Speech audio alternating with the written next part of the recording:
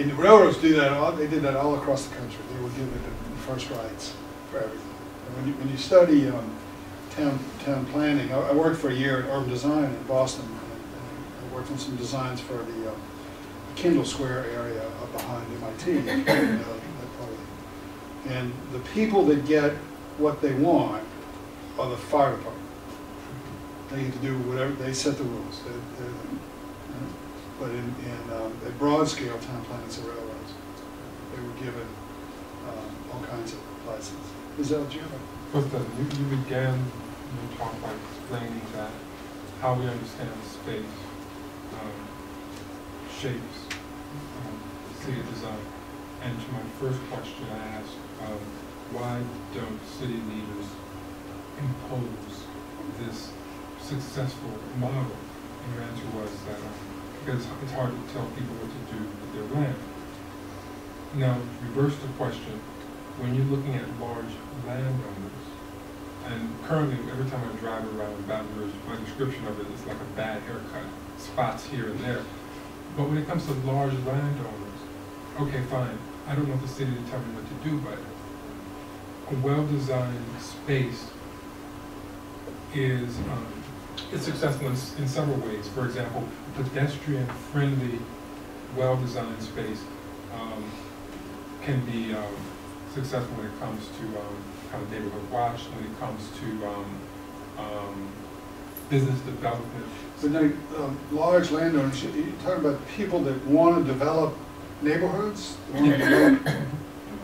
Yeah, not necessarily small, but when you see these large, multi-acres, and there doesn't seem to be any thought beyond what's inside my subdivision, but it does affect everything around us. As you mentioned, traffic, sewers, I mean, it has an impact beyond just their borders. Oh, yeah. So why, okay, fine, let's take city leaders out of it. Why aren't these major shapers of space, why isn't there a vision, why isn't there that conversation coming from? It's a complicated question because there's lots of different answers. There's some examples, even though Roseanne, I guess, failed the sewer and traffic portions. In theory, you know, it's called, I guess they're calling it a T&D, a traditional neighborhood development, and it is more planned, and it'll have like a town plaza. They're going to put as part of their vision is to put a branch of the Baton Rouge library there, and so it is more and pedestrian and all this other stuff. And the neighborhoods next to it, they're used to it being a sheep farm, and they want it to stay undeveloped. You know, and my prediction is that if that thing is built, and once it's built, and if they connect the roads, which the neighbors really don't want, my prediction is those people in those neighborhoods will be riding their bikes in there, into the little parks, and going to the little stores, and it'll be, I think, like a playland to them. But they're very opposed. They think it's too much density, and the traffic. I think the traffic will be a problem. But other developers, they do the lollipop. They're called lollipop divisions, and that's the cul-de-sacs. Mm-hmm. And people love cul-de-sacs, and so if you look it's for the dollars. You know, it's what the consumers seem to want. Or all these dead-end streets, which drive me nuts. And I can't imagine EMS trying to find someone and going down the wrong. Actually, the Baton Rouge in the 1970s in the Horizon Plan went through and made a comprehensive series of plans to guide developers. And one of the big points of that was interconnecting all these streets, and they're all supposed to be interconnected, but every time a developer lays out a plot, they go up for the city council and want to get an exception, and they're always given exceptions. Right. And the neighborhoods always scream, we don't want connections, so then people can come through our neighborhoods. Yeah. And so there's been vision at the planning level to have an interconnected street, so that you don't have to go out to Perkins Road every time you want to go anywhere. But the political process gives everybody exceptions, so nobody has to do it. the thing about the Roseanne and the Willow Grove, you know, that's going on further down the T&Ds, is that that's it's a fascinating, maybe that's another talk, it's a fascinating development that's come up in the last 25 years where the developers, at the hands of the architects, have learned to use this image of a traditional town plan, and how traditional it is real questionable. It's a real highly manufactured image. And it's an image that's nostalgic and has to do with security and all kinds of things. And it's related to this notion that if you build an ordered ground plan, you'll have an ordered community, which we can talk about whether that works or not.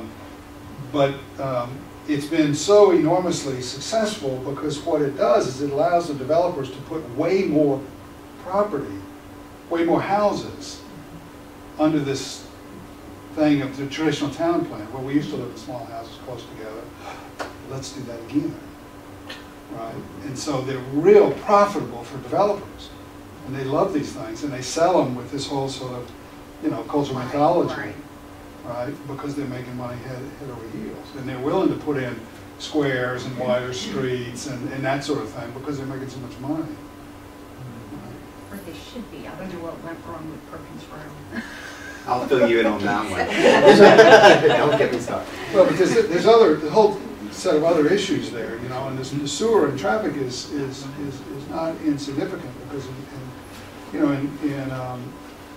in many parts of Europe, for example, somebody wants to build a big new subdivision.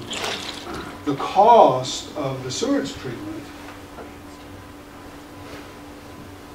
is going to be big sooner or later. Right? In the United States, what we have done all across the country throughout our history is we hide that cost and defer that cost. The developer walks away with an enormous profit because the city wants the initiative of doing the development because it stabilizes things and raises the tax base. And then the city has to pay for the sewage stuff later. But in other parts of the world, they make the developer do it from the beginning as part of the package. But we have a different system. Right? You have a question? Yeah, so given the endowment that we've been handed by history, what do you see as the top, I don't know, 2 or 3 opportunities to develop spaces in our city that have the sort of kind of coherence and human scale and utility that some of these, earlier design examples you've suggested would offer us? Yeah.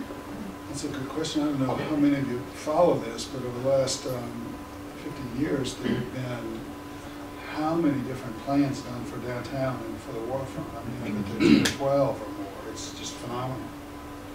And they finally started implementing this 3 blocks along North Boulevard. I mean, at least they can do something. It's a hard thing to do. I mean, Baton Rouge is a community. I always tell friends that I've run into more people I know in New Orleans, out in the streets in New Orleans, from Baton Rouge, than I run into on the streets in Baton Rouge. Because we don't have something like a Magazine Street, or we don't have those kinds of places. Not in our makeup. Right? I think it's been a community that's had these kind of curious privacy issues for a long time. There are a lot of people that live great lives here, and they don't see the need for that sort of publicness. I mean, you witness, I don't know how close you were to this debate over the library downtown here recently, but the vehemence of that is just really interesting. I mean, I think one of the best things that could happen to downtown would be lots of housing. I think that would help. It's not a plan issue. The city could go a long way to making that economically viable if the political will was there. But it's not. By offering some sort of incentive? Yeah, by offering all kinds of tax incentives and tax breaks and all kinds of stuff. Yeah, they could make that happen by next year. But that kind of political will just doesn't exist. Well, was that because first of all, where would you build housing downtown? And second of all, our city has extended so far out, little by little by little. And those of us who've lived here all of our lives have seen that. Yeah. You know, but growing up in downtown Baton Rouge, and then went to Westmoreland, and Yeah, then oh, went yeah. to Bon Marché, Oh, and then yeah. went to Cartana. It's like Oh, we're just yeah. moving on down the road, and then we leave. We just use and leave everything behind. We just throw that away, and it becomes Well, that's life. the way the capitalist system works here. And so I don't know. I lived in Europe a long time, and what I learned, what I realized when I came back was that we call it a community, but we don't really have that sense of a larger community. That's why we don't have transportation systems and things to accommodate, because the beauty we want is in our own backyard. That's where we create it. Yeah. But there are no spaces, parks, places where people can go. We all need a place like that where we can restore our souls. We can go and get in touch with nature and feel, out there someplace. We have a place to, walk and, push our children in their carriers. Yeah. And No, so we don't have any of that. No, and it's a complicated history. I mean, I'll show you the plan for Philadelphia. William Penn said that one of the things he wanted was a green country town where no building would touch any other one, and everybody had space for orchards and, right? I mean, it's the first sort of articulate description of the American suburbs. And he was reacting against what was happening in London and the dense urban cities in Europe, even in the 1600s, 1700s.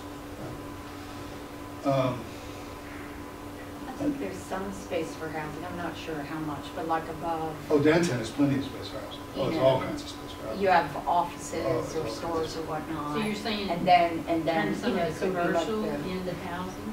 Oh, Yes. You go above. well, you go above it, there's lots of empty property, lots of, There's infill. parking lots down there, and there's a bunch of parking lots that they tore down the buildings. Oh, there's huge parking lots, there's lots of infill, I mean, there's tons.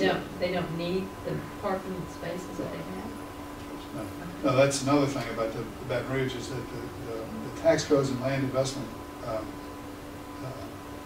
situation here makes open parking lot one of the best things you can do with your money in Baton Rouge. They make more money on those open parking lots than other kinds of investments, than any other option. That's why we got so many of them, because the people who own them are making heads over heels money. The city could change those ordinances and change those rules, and they disappear within a few years. Well, all of the lofts and apartments and things that they built over the old buildings on Main Street, over Crest, and all of those buildings, It's they're all so still there. expensive. But did they sell? Or are they, Oh, I don't know. see, I think that they were having trouble moving that property. And Well, but it's- that's one of the things, is the way that the tax codes and the process is set up, is it's so expensive to build. But it was also not very, I mean, it was attractive to a certain kind, certain level of people, Yeah. or maybe young hippies. I was not hippies, yuppies. They're really nice and contemporary, Thanks for coming. no, Yeah, sorry. doors That's and things. They were really well done. Yeah. But I think maybe in Baton Rouge, most people have a more traditional sense of architecture in a way. And it was just sort of, I had a friend who was interested in one for her son. And, they were strange, kind of odd, or they were really, really, Yeah, really yeah. expensive. No, we just don't have that tradition I here. don't know that we studied the market very well when we Yeah, the built market's those. not- That's not what the market is. But I would love to go down and go downtown someplace if we were. Oh, yeah. It's not hard. We have students, every year we have students, student projects where they look for infill sites and design a multi-use housing, multi-unit housing of all different scales downtown. You could put tens of thousands of people down there easily. If they really wanted to. How come the individual developers don't do that rather than Well, because the way it's set up now, it's